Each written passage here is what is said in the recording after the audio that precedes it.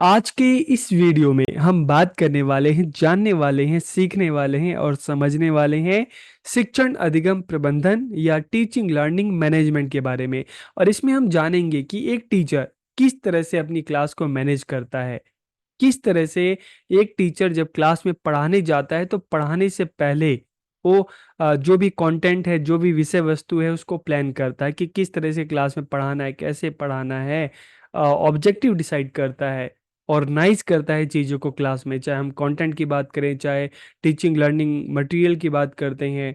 Class में जाकर पढ़ाते टाइम क्लास को लीड करता है, क्लास को कंट्रोल करता है। तो इस वीडियो में टीचिंग लर्निंग में हम प्लानिंग की बात करेंगे, ऑर्गेनाइजिंग की बात करेंगे, लीडिंग की बात करेंगे और कंट्रोलिंग की बात करेंगे। तो वीडियो को आखिर तक देखिए और वीडियो कैसा लगा कमेंट करके ज़रूर बताइए। तो वीडियो को हम शुरू करते हैं। और देखिए, सबसे पहले जब हम मैनेजमेंट ऑफ टीचिंग लर्निंग शिक्षण अधिगम के प्रबंधन की बात करते हैं तो आइवर के डेविस ने शिक्षण अधिगम के प्रबंधन की एक आधुनिक अवधारणा दी। तो क्वेश्चन भी पूछा जा सकता है कि टीचिंग लर्निंग का जो मैनेजमेंट है, इसकी आधुनिक अवधारणा किसने दी? तो आइवर के डेविस ने इसकी जो आधुनिक अवधारणा है उसको प्रस्तुत किया। It is based on the modern theory of organisation, की इस संगठन की आधुनिक सिद्धांत पर आधारित है।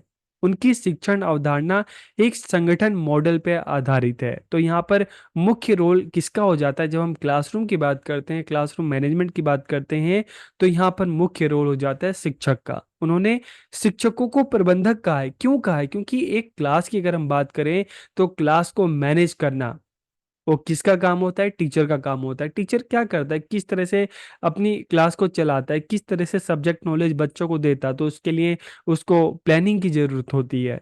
और उस प्लानिंग के साथ उसको रिसोर्सेज की ज़रूरत होती है, उन रिसोर्सेज को ऑर्गेनाइज करना होता है। चाहे हम कंटेंट की बात करें, चाहे हम टीचिंग मटेरियल की बात करें, चाहे क्लासरूम में जो रिसोर्सेज हैं उनकी बात करें, तो उसको ऑर्गेनाइज करता है, क्लास को लीड करता है और क्लास में जो टीचिंग लर्निंग जो एक्टिविटी है उसको कंट्रोल करता है। तो इसलिए उन्होंने शिक्षकों को क्या कहा है? एक मैनेजर का है, एक प्रबंधक का है। Teacher first organise teaching activities की शिक्षक पहले शिक्षण गतिविधियों को व्यवस्थित करते हैं, फिर शिक्षण अधिगम प्रक्रिया में उन गतिविधियों को निष्पादित करते हैं। तो आईके हम डेविस की जब बात करते हैं तो उनके द्वारा सुझाए गए 4 चरण कौन-कौन से हैं? प्लानिंग योजना बनाना, ऑर्गेनाइजिंग आयोजन करना, लीडिंग नेतृत्व करना और कंट्रोलिंग मतलब नियंत्रण। तो एक-एक करके हम इनकी बात करते हैं। तो देखिए, प्लानिंग की जब हम बात करते हैं ना, हम एक टीचर की बात करते हैं।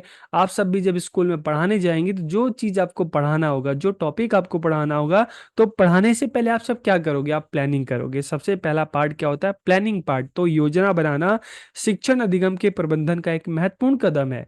शिक्षक कक्षा में जाने से पहले विषय वस्तु या विषय का विश्लेषण करते हैं। क्या पढ़ाना है, कौन सा टॉपिक पढ़ाना है, किस तरह से पढ़ाएंगे, किन चीज़ों का इस्तेमाल करना है।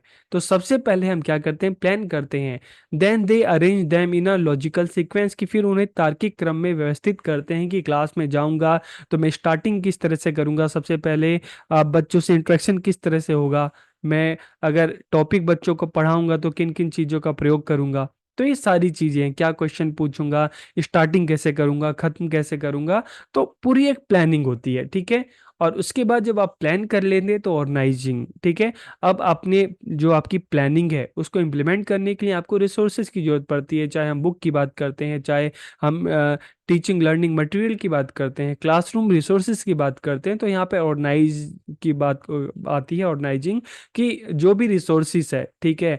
चाहे हम ह्यूमन रिसोर्स की बात करें, चाहे हम फिजिकल रिसोर्सेज की बात करें, टीचिंग लर्निंग मटेरियल की बात करें, तो उनको ऑर्गेनाइज करके किस तरह से क्लास में बच्चों को पढ़ाना है, किस तरह से बताना है। तो आयोजन, शिक्षक द्वारा शिक्षण स्रोतों को इस प्रकार व्यवस्थित किया जाता है ताकि वह सफलतापूर्वक उन उद्देश्यों को प्राप्त कर ले जो उसने प्लानिंग पार्ट में डिसाइड किए हैं।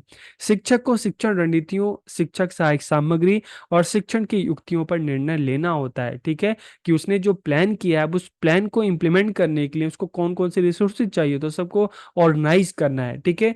उसके बाद टीचर क्लास में जाता है, पढ़ाता है, क्लास को लीड करता है। शिक्षक विद्यार्थियों को प्रेरित करने के लिए उनका मार्गदर्शन करता है ताकि वे सीखने के उद्देश्यों को कुशलतापूर्वक प्राप्त कर सके। शिक्षक विद्यार्थियों की गतिविधियों और व्यवहारों को प्रोत्साहित करता है, उनकी प्रशंसा करता है ताकि वे सक्रिय होकर सीख सकें और सीखने के उद्देश्यों को प्राप्त कर सकें। तो टीचर क्लास में जाकर अपनी क्लास को लीड करता है, एक अच्छे लीडर की भूमिका निभाता है। सिर्फ बच्चों को बताता ही नहीं बल्कि बच्चों को क्लास में ज़्यादा से ज़्यादा एंगेज करता है ताकि टीचिंग लर्निंग जो है इफ़ेक्टिव हो सके। तो जब टीचिंग लर्निंग क्लास में चलती है तो साथ ही साथ अगर टीचर को लगता है कि बच्चा डिमोटिवेट हो रहा है तो उनको मोटिवेट करता है, बच्चों को गाइड करता है और बच्चों को इस काबिल बनाता है कि बच्चे अपनी प्रॉब्लम को सॉल्व कर लें और क्लास में बच्चों को अपॉर्चुनिटी देता है ताकि बच्चा खुद से करके चीज़ों को सीखे। तो इस तरह से एक टीचर क्लास को लीड करता है और लीड करने के साथ-साथ क्लास को कंट्रोल करता है, टीचिंग लर्निंग को कंट्रोल करता है ताकि टीचिंग लर्निंग जो प्रोसेस है अच्छे से हो सके, किसी तरह का क्लास में जो हम अनुशासन की बात करते हैं तो अनुशासनहीनता ना हो। क्लास में एक डिसिप्लिन तरीके से सबको मौका मिले, सबको अवसर मिले, चीज़ों को सब सीख सकें, सब जान सकें, तो क्लास पर जो टीचिंग लर्निंग जो है, उस पर कंट्रोल भी करता है ताकि टीचिंग लर्निंग जो है, वो सही तरीके से चल सके। तो शिक्षक शिक्षण कार्यक्रम की प्रभावशीलता जानने के लिए प्रभावी बनाने के लिए संपूर्ण शिक्षण अधिगम प्रक्रिया को नियंत्रित करता है। ठीक है?